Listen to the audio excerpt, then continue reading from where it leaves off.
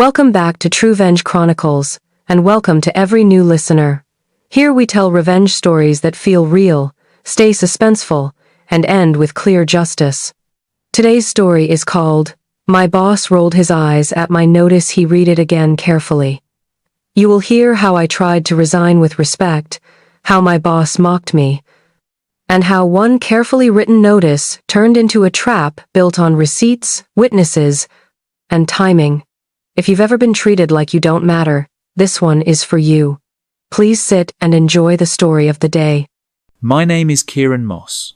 I am 28 years old, and I live in Vancouver, Canada, where the rain can feel like it has a schedule. I work at Blue Harbour Packaging, a mid-sized company that makes food containers for grocery chains.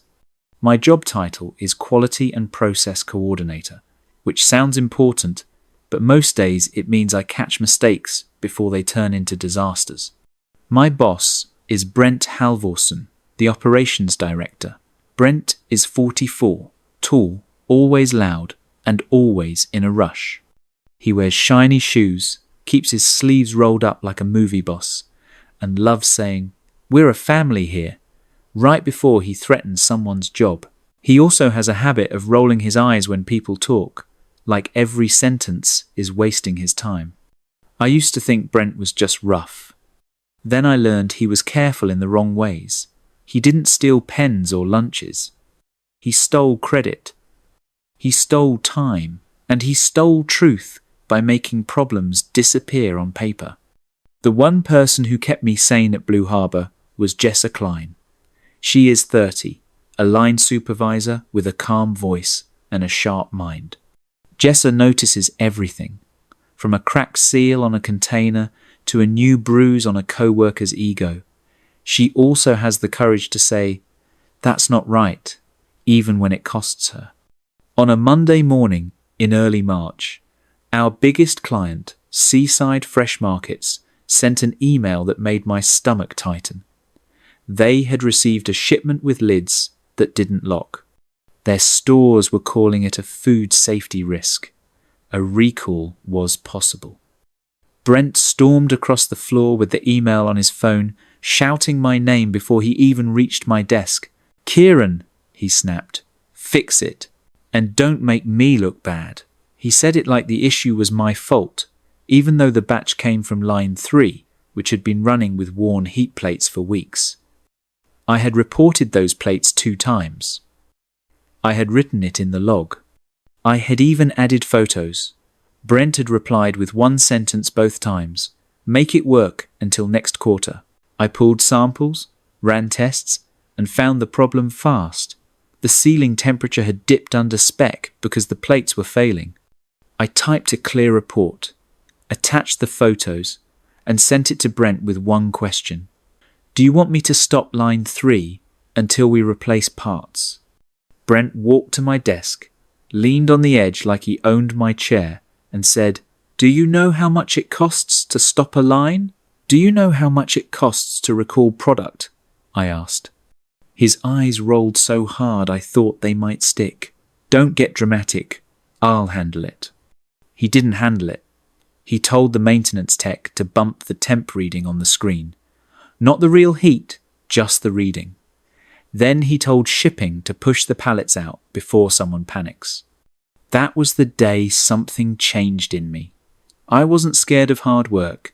I wasn't scared of pressure. I was scared of being the person holding the bag when Brent's shortcuts blew up. That night, at home, in my small apartment near Commercial Drive, I updated my resume. I did it quietly, not out of revenge, but out of survival. I had been with Blue Harbour for 5 years. I had grown up there. I didn't want to leave, but I could feel the floor under me getting thinner. 2 weeks later, I got a call that felt like a door opening. It was from Rita Banerjee, the supply chain manager at Seaside Fresh Markets. She is 39, direct and sharp in a way that makes you sit up straight. She had met me once during a plant audit, and she remembered how I answered questions without spinning the truth. "Kieran," she said, "we're building an internal quality team. We need someone who understands packaging and doesn't play games. Are you interested? My heart beat hard. Yes, I said. Very. We talked for 30 minutes. She asked about my methods, my approach, and how I deal with conflict. I told her the truth. I document. I stay calm. I fix problems. I don't hide them. 3 days later, she offered me the job. Better pay, better hours, and most of all, a culture that didn't reward lying.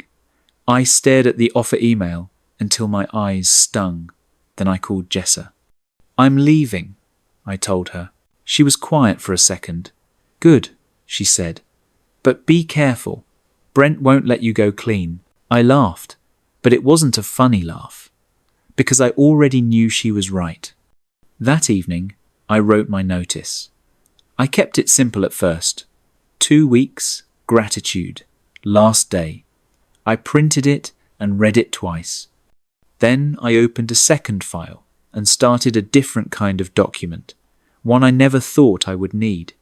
Over the past year, I had saved emails, log entries, and photos. Not for revenge, for proof. Every time Brent told us to adjust the record, I had kept the real record. Every time he pushed product that failed spec, I had noted the batch number. Every time he blamed a worker for a machine issue, I had saved the maintenance request showing the real cause. I didn't like who I was becoming, a person who kept a secret folder. But I liked the idea of losing my reputation even less. The next morning, I walked into Blue Harbor with my notice in a clean envelope. My hands were steady, but my stomach felt tight. Brent was in his glass office, laughing on a call. He saw me through the window and made a wait gesture, like I was a delivery guy. I waited anyway. When he finished, he opened his door and said, "What now, Kieran?" I handed him the envelope. "This is my 2-week notice." He didn't even open it. He smirked, rolled his eyes, and tapped the envelope against his palm. "Sure, everybody's a star now. You'll be back when the real world hits." I kept my voice level. My last day will be Friday the 28th. Quick pause, friends. Are you enjoying this story so far, or is it making your blood boil like mine did? Be honest in the comments. If you were in my shoes right now, would you keep your head down until your last day, or would you confront Brent and risk him twisting it against you? What would you do first? Protect your paycheck, protect your proof, or protect your peace? Tell me. And how are you feeling about Truevenge Chronicles so far? If you like these real revenge stories with receipts and clean justice, hit subscribe and join us. Also comment where you are watching from today. And if this story helps you, share it with one person now. Should I keep feeding him normal work while Omar checks the files? Or should I walk away before Brent can plant blame? Drop your answer and I will read it tonight. He waved a hand like he was swatting a fly. Fine, put it on my desk. I placed it on the corner of his desk, where he kept a little metal bulldog paperweight. He still didn't open it. I turned to leave. "Oh," Brent said, too casual. "Make sure you finish the Seaside Corrective Action Report before you go, and train whoever replaces you. If you don't, we'll talk about your final pay." My back stiffened, but I didn't turn around fast. I walked out like I had all the time in the world. Inside, I was boiling. In Canada, we don't threaten pay like it's a joke. That's not a joke. That's power abuse. At my desk, I took a breath and opened my email. I forwarded my notice to Leah Sato in HR. Leah is 36, polite in meetings, and careful with words. She smiles a lot, but her eyes stay neutral, like she is always measuring risk. I wrote one line, just confirming I submitted my resignation letter to Brent today. Please acknowledge receipt. Then I did the second thing, the thing that made my pulse jump. I attached the second document, titled Quality and Safety Concerns Summary, and I sent it to Leah as well. In that email, I wrote that my notice also served as a formal report of repeated record changes, safety overrides, and client risk, and that I had supporting documentation. I asked that all related records be preserved. I didn't send it to punish Brent. I sent it because I knew what he would do next. He would try to make me the fall guy before I walked out the door. At 11 a.m., Leah replied. Received. We will review. Please schedule time to speak with me today. My mouth went dry. A meeting meant two things. Either they were taking me seriously, or they were about to protect Brent. Sometimes it's the same thing. At lunch, I sat with Jessa near the loading dock. The air smelled like cardboard and diesel. She watched my face and said, "You did it, didn't you? You reported him." "Yes," I said. "I sent the summary." Jessa nodded once, like a soldier. "Good. Now keep your mouth shut and your notes clean. He'll test you." She was right. That afternoon, Brent called me into his office. The envelope was open now.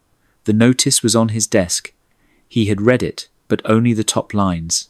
His finger tapped the page like it annoyed him. "You think you're smart," he said. "Going to Seaside, huh? You think they're better than us?" I didn't answer the bait. "They offered me a role that fits my skills." Brent leaned back. "Then do me a favor. Don't mention Blue Harbor to them. Don't be dramatic. Just leave. Quiet." "I plan to," I said. He smiled, but it was thin. "Good, because if you start making noise, I can make noise too. People talk, Kieran. People say you're difficult. People say you panic. People say you can't handle pressure." There it was. The start of the story he wanted to tell. The same kind of smear plan I had seen in many workplaces before. Only here, it was a boss, not a friend. The tactic stayed simple. Make me doubt myself. Make others doubt me. Then take control. I kept my face calm. "Is that all?" Brent's eyes narrowed. He hated that I didn't flinch. "For now," he said. "Go do your job." That evening, I met Leah in a small HR room with a frosted glass wall. She offered me water like it was a medical exam. She had a notepad and a calm tone.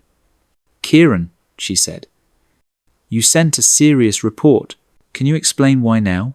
"Because I'm leaving," I said, "and I won't be here to protect myself when problems surface." Leah's pen paused. "Do you believe Brent has directed employees to change records?" "Yes," I said, "and I have dates, batch numbers, and emails." Leah looked at me for a long moment. "We will need to involve compliance," she said. "Our compliance officer is Omar Devereaux. He will contact you." When I left that room, my legs felt heavier. I had crossed a line. Not the kind that makes you guilty, the kind that makes you visible. The next day, Brent started squeezing me like a vice. He assigned me 3 urgent projects at once. He demanded I train a new hire named Colin Marr, a 2-year-old temp who looked terrified to be on the floor. Brent told Colin, loud enough for me to hear, "Kieran is leaving us in a mess, so learn fast." I trained Colin anyway, gently. It wasn't his fault. He was just another piece on Brent's board. By Wednesday, Brent had also scheduled a surprise inventory review and told the plant manager, Petra Lawn, that I had been sloppy with numbers. Petra is 50, steady and tired. She dislikes conflict and loves spreadsheets. She asked me to join the review at 4 p.m. I knew what it was, a setup. If inventory was off, Brent would say it was my tracking. He would say it right before I left, so the blame would stick. So, I brought my laptop, my logs, and my screenshots. I also brought one thing Brent didn't know I had. A copy of a private chat message he sent to shipping last month. Ship it anyway. Change the code after. He had sent it on the company system. He thought it was safe. It wasn't. At the inventory review, Brent strutted in late, acting bored. He pointed at a chart and said, "See? Variance. Kieran's process is weak." I looked at Petra and said, "May I show you the timestamps on the adjustments? They happened on nights I wasn't even scheduled." Brent's head turned fast. His eyes flashed. Petra said, "Show me." I showed her the system log. I showed her the user IDs. I didn't say Brent's name. I didn't have to. His user ID was right there. Petra's jaw tightened. Brent laughed, but it sounded forced. "That's just admin cleanup," he said. "We all do it." Petra didn't laugh. "Not like this," she said. Brent's eyes rolled again, like Petra was being silly. Then he changed the subject fast and ended the meeting early. As people stood to leave, he leaned close to me and whispered, "You're making yourself a problem." I whispered back, "I'm making myself a record." That night, Omar Devereaux called me. Omar is 41, speaks slowly, and sounds like he chooses every word. He said, "Kieran, I reviewed your summary. I need your documentation, and I need you to keep doing your job like normal. Do not warn anyone." "What happens next?" I asked. "We verify," Omar said. "Then we protect the company, and we protect you if you've been honest." I was honest. That was the only part I could control. The next morning, Brent called me in before my shift started. His office lights were off, but he was there, waiting, like he wanted the dark to do the talking. He slid a sheet across the desk. "Sign this," he said. It was titled Performance Coaching Note. It claimed I had communication issues and created client panic. My name was typed at the bottom with a blank line for my signature. "This is not true," I said. Brent shrugged. "Just paperwork, sign it and leave clean." I pushed it back. "No." His jaw tightened. "Then don't expect a reference." An hour later, Leah sent me a calendar invite for Friday at 9 a.m. The subject line said, "Seaside Fresh Review." Attendees included Leah, Omar, Petra, Brent, and Rita Banerjee. My throat went dry. That was not a normal exit chat. That was a spotlight. That night, I opened the copy of my notice I had saved at home. Near the bottom, under my last day, I had written one more line. "This letter also serves as a formal report and a request to preserve all related records." I remembered Brent's eye roll. I wondered if he ever read that part. I slept light. On Friday morning, I walked into Blue Harbour and saw my notice on Brent's desk again. A yellow sticky note covered the bottom lines. For the first time, Brent wasn't smirking. He was reading it again, carefully. Part 2. At 9 sharp, I walked into the small conference room beside the production floor. The table was scratched, the coffee smelled burnt, and the air felt too still. Brent was already there, sitting like he owned the place. He had my notice in front of him, folded, with that yellow sticky note still covering the bottom lines. Leah Sato came in next, with Omar Devereaux. Omar carried a thin laptop and a plain folder. Petra Lawn followed, holding a printed inventory report like a shield. Last came Rita Banerjee from Seaside Fresh Markets. She wore a navy coat and a serious face. When she saw me, she gave one small nod that said, "I remember you." Brent stood up fast and put on his friendly voice. "Rita, welcome. Sorry you had to come all the way out here. We are already correcting the issue. Kieran here has been leading the investigation." He pointed at me like I was a tool on the table. Rita didn't smile. "Good," she said. "Then Kieran can also answer my questions directly." Brent's eyes flicked to my face, warning me without words. I kept my hands flat on the table. Omar opened the meeting. This is a fact-finding session. It is also a compliance review. Everyone should answer honestly. Brent let out a small laugh. Compliance? Come on. This is a packaging hiccup. We've got it handled. Leah's voice stayed smooth. Brent, we received a formal report tied to a resignation notice that triggered our duty to review. Brent rolled his eyes and picked up my notice.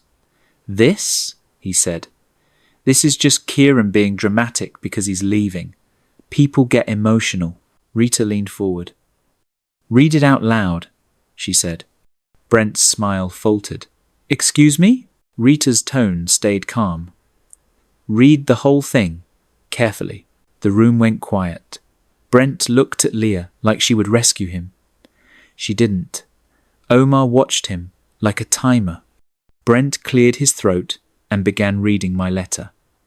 At first, it was harmless. My last day, my thanks, the handover. He spoke fast, like he wanted it over. Then he reached the bottom, where the sticky note covered the last lines. His fingers hesitated. He peeled the note off slowly. His eyes scanned the last sentence. The colour in his face shifted. He read it again, carefully, this time silently. I could see the words landing. Formal report, record preservation, supporting documentation. Brent swallowed. This is unnecessary, he said, trying to sound bored. Omar said, No, it is necessary, because we verified parts of it already. Brent's head snapped up. Verified what? Omar turned his laptop so the screen faced Rita and Petra. Line 3 maintenance requests were logged, then marked resolved without work. Temperature readings were altered. Inventory adjustments were made under Brent's user ID after hours. And shipping instructions were given to change product codes after pallets left the building. Brent laughed again, louder. That's ridiculous. Anyone could use a login. Petra's voice was quiet but firm. Not from your phone, Brent. The system shows device ID too. Brent's mouth opened, then closed. He looked at me with sharp anger. You set me up, he hissed. I spoke slowly. I documented what happened. That's not a setup. That's a record. Rita tapped her pen once. Let's talk about seaside shipments, she said. We pulled your last 6 months of quality reports. They show perfect pass rates. That is not realistic. Either your plant is magical, or someone is hiding failures. Brent forced a smile. We run a tight ship. Rita looked at me. Kieran, when did you first report the Line 3 heat plate issue? I answered with dates. February 4th and February 18th. I attached photos both times. Brent cut in. And I told you I'd handle it. We were waiting on budget. Omar said, Budget is not a reason to falsify safety data. Leah slid a printed email chain across the table. This is Brent telling maintenance to adjust the reading on the screen, she said. And this is Brent telling shipping to push the pallets out before anyone panics. Brent's eyes darted. He tried a new angle. You're taking things out of context. Kieran is leaving. He wants revenge. Rita's voice stayed flat. If he wanted revenge, he could have let our stores take the hit and stayed silent. Instead, he tried to stop bad product. That is not revenge. That is responsibility. My chest warmed at that. Not pride, relief. Someone with power was saying the truth out loud. Brent leaned forward, face hard. Kieran panics. He causes drama. He's not stable under pressure. I looked at him. You threatened my final pay, I said. You tried to make me sign a coaching note this morning. You also told people I was sloppy before the inventory review. Leah nodded once. We have that coaching note, she said. and we have witness statements about the threat. Brent's hands tightened into fists under the table. So what? You're all ganging up on me because a kid wants to play hero? Omar said, No. We are responding because your actions expose the company to legal and safety risk. Rita opened her own folder and pulled out a document. Seaside is pausing new orders until we see a corrective plan signed by someone we can trust, she said. And we are filing a supplier incident report with our board. Brent's face went pale. New orders were his lifeline. It was how he looked good. He grabbed my notice again, as if the paper could change. This letter, he said. This is sabotage. Omar's voice stayed steady. It is a whistleblower report, and it is protected. You should be careful about what you say next. For a moment, I thought Brent would explode. Instead, he tried to act calm. He sat back and smoothed his sleeves, like he could iron the problem away. Then Rita asked the question that split him open. Brent, why did you tell my team last month that Kieran signed off on a past report he never approved? Another quick break before we go on. Did you expect Brent to peel that sticky note and finally read the truth? If you are hooked, type "still here" in the comments so I know you're with me. If you were in my seat at that table, would you stay calm and answer questions? Or would you snap and call him out for every insult? What move would you make to protect your future job, your team, and your name? I read your advice. And if Truevenge Chronicles is giving you stories that feel real and teach something, please hit subscribe and turn on notifications. Tell us your city and country and drop one word to describe Brent right now. Let's finish strong together. Also, do you think I should forgive co-workers who stayed silent or cut them off? Share this video with a friend who needs courage today. Brent blinked. I never said that. Rita slid her phone onto the table and played a short recording. Brent's voice came through, clear. Kieran already signed it. He gets nervous, but he signs.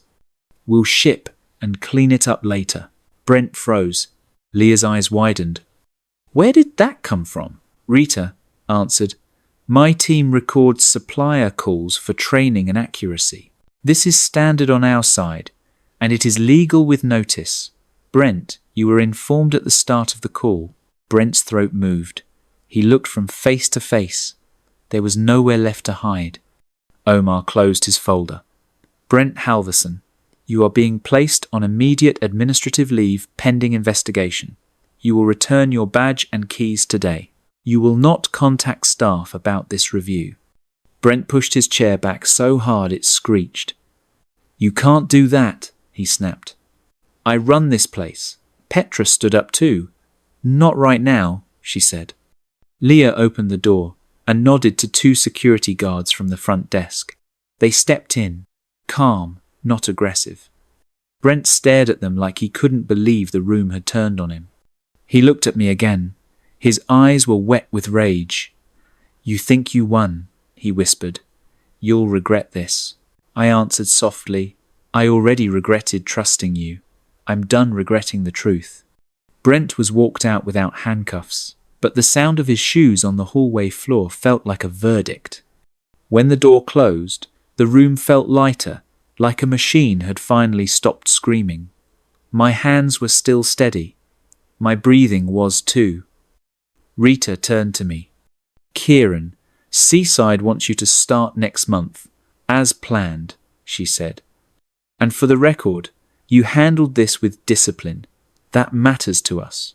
I nodded, not trusting my voice yet. Leah rubbed her forehead. We should have listened sooner, she said. I'm sorry you felt alone. I said, I didn't want to be a problem. I just wanted to do safe work. Omar looked at me. You did the right thing. Now you need to protect yourself until your last day. We will put it in writing that your pay and your record are secure. That afternoon, I walked back onto the floor and saw Jessa by line 2.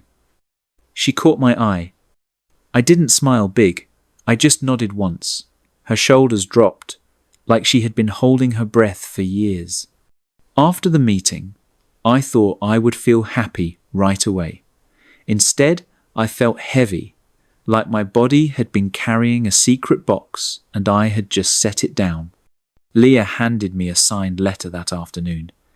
It confirmed my resignation, protected my final pay, and warned that any retaliation against me would be punished.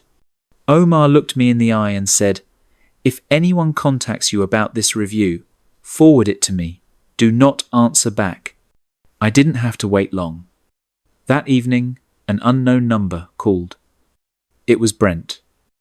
"You just made yourself famous," he said. "You think you're safe, but files can vanish." I kept my voice calm. "You were told not to contact me." He laughed like rules were a joke. "You made enemies today, kid." Then he hung up. I sent the call log to Omar. Omar replied in one line, "Good, that helps us." The next morning, my main quality folder was empty on the server. For 1 second, panic tried to rise. Then I remembered my backups. I had saved every email, every photo, and every batch note to a personal hard drive at home. Omar called me to his office. "It checked the logs," he said. "Your folder was accessed at 6:12 a.m. from a supervisor station. The user was Trevor Spence. Trevor is 38, one of Brent's loyal supervisors. He talks big, laughs at the wrong moments, and loves saying, 'Brent knows best.'" When Omar interviewed him, Trevor claimed he was cleaning old files. The lie didn't hold. The system showed the deletes were targeted. That afternoon, Colin Ma, the two-year-old temp I had been training, asked to speak with me outside. His hand shook as he held his coffee. "Brent told me to watch you," he admitted. "He said, if you slipped, I should report it. He also told me to learn the shipping codes, because sometimes labels get changed after pallets leave." My stomach dropped. "Did you see that happen?" I asked. Colin nodded. 2 times. Trevor did it. He said the reports had to look clean for Seaside. I didn't push Colin to be brave alone. I walked him to Leah and Omar. Colin gave a statement, and Omar told him, "You are protected. Thank you for telling the truth." Colin looked like he could breathe again. A week passed, and the plant felt different. The line 3 parts were replaced without drama. Petra started doing real floor walks. People stopped joking about fixing numbers. It wasn't perfect, but it was real. On Wednesday, Rita joined a video call with Omar, Petra, and me. Seaside agreed to restart orders in phases if Blue Harbour met 3 conditions: honest reporting, repaired equipment, and an outside audit for 6 months. Petra accepted on the spot. Omar accepted too. Rita looked at me and said, "Your start date with us is still on. We want people who stay calm and tell the truth." Brent tried one last stunt. On Thursday night, he showed up at the plant lobby without a badge, yelling my name. Omar told me, "Don't go down there. Let the process work." We watched the lobby camera as security asked Brent to leave. He refused and tried to push toward the elevator. 2 Vancouver police officers arrived. One, Officer Malloy, spoke in a quiet voice that didn't invite debate. He showed Brent a paper and said, "You were warned not to return. You are trespassing. Leave now." Brent kept talking, but the officers walked him out anyway. No shouting from us, no drama from me, just consequences. The next day, Leah updated me. "Brent has been terminated for cause," she said. "Trevor is suspended, and we are reporting the data tampering to the proper safety agency." She also handed me a reference letter signed by Petra and Omar. It said my work was accurate, my conduct professional, and my report essential. My final day at Blue Harbour came on Friday the 28th, exactly as my notice said. I packed my desk into a small box, a mug, a stapler, and the notebook that held my dates. Jessa met me by the exit and hugged me once. "You did it the right way," she said. As I walked through the lobby, I saw Brent outside the glass doors, talking to a man in a suit. Brent held a folded paper in his hand. Even from a distance, I recognized it. My notice. The one he had rolled his eyes at. The one he had read again carefully when the room turned against him. Brent looked up and met my eyes for a second. I didn't stop. I didn't wave. I just kept walking into the rain, steady and free.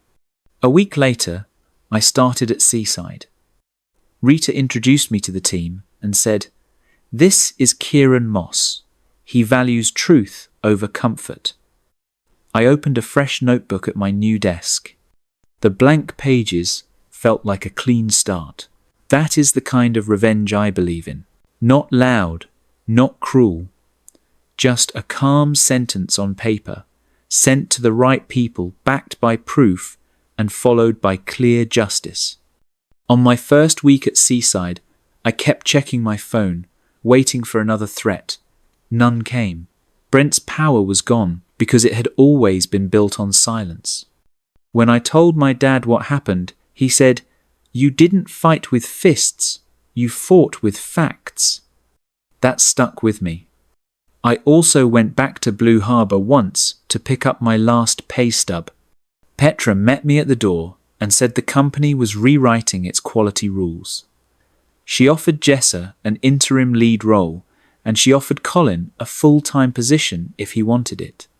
Seeing them safe felt better than seeing Brent lose. My notice wasn't just a goodbye, it was a mirror. Brent rolled his eyes at it, then he read it again carefully, because mirrors don't blink. I learned that respectful words can still carry steel, and you should never hand your future to someone who laughs at your boundaries when you speak them. Lesson 1. Keep receipts. Save emails, photos, dates, and copies in more than one place. When someone twists the story, facts protect your name. Try this today. Write one work issue down clearly and store proof safely to defend yourself or others. Comment if you've ever needed evidence like this. Lesson 2. Stay calm under pressure. Anger can be used against you, but steady answers build trust. Use the right channels, HR, compliance, and clients. If you were in my seat, would you speak up early or wait? Write your opinion below and practice calm courage this week, starting today. Lesson 3. Set boundaries in writing. A respectful notice can be strong when it includes terms and a request to preserve records. Put these lessons into practice to improve your personal, professional, and social life. What would your reaction be in my shoes? Thanks for watching. See you soon again. Before you go, hit subscribe and turn on notifications so you never miss the next upload. Then head to the playlists section and binge the best episodes.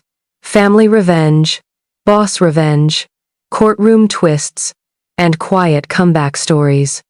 If this story hit you, share it with a friend who needs courage. See you in the next Truevenge Chronicles. Like the video to boost it in the algorithm and help more viewers find these emotional, suspense-filled revenge tales. Your support keeps this channel growing, week after week, story after story together. Goodbye.